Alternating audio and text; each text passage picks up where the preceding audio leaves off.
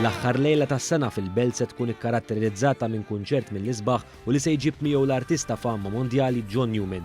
Dan tħabbar waqt konferenza tal-aħbarijiet mill-Aġenzija Kulturali tal-Belt Valletta hekk kif tħabbru ċ-ċelebrazzjonijiet tal-miliet u l-aħħar tas-sena. Dan wara li s-sena li għaddiet ħafna minn dawn l-attivitajiet ma setgħux isiru minħabba l-pandemija.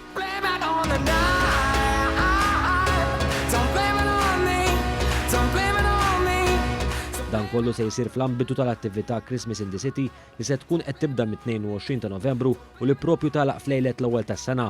Dwar dan tkellimna maċ-Chairman tal-Aġenzija Kulturali tal-Belt Valletta, Jason Mikallef, u aċċenna wkoll l-attivitajiet oħra li se jkunu qed isiru tul dan il-perjodu ta' ftit aktar minn xahar. Qed nitkellmu fuq medja ta' attività kuljum, ġifieri f'ċertu ġranet se jkun hemm minn 2 għal 3 attivitajiet. Naturalment huwa l-miliet tal-familja għandna żidna wkoll tiżin f'toroq differenti fosthom triq l-Arċisqof, il-projezzjonijiet fi Pjazza San George, naturalment il-mistennijin dawk ta' Triq ir-Repubblika u Triq Merkanti, ma mbagħad għandek arti performattiva, għandek bands, għandek ċelebrazzjoni ta' kif il-miliet huwa magħmul għall-familja. Intant il-Ministru għall-Kultura José Herrera li wkoll attenda għal din il-konferenza irrimarka l-importanza ta' dawn l-attivitajiet anke mill-lat ekonomiku.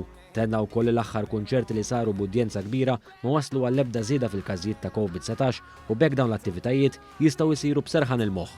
Għamilna numru ta' konċerti anke bil-wifqa bħala test, kienu kulħadd vaċċinat skont il-protocolls, ma kienx hemm inċidenti.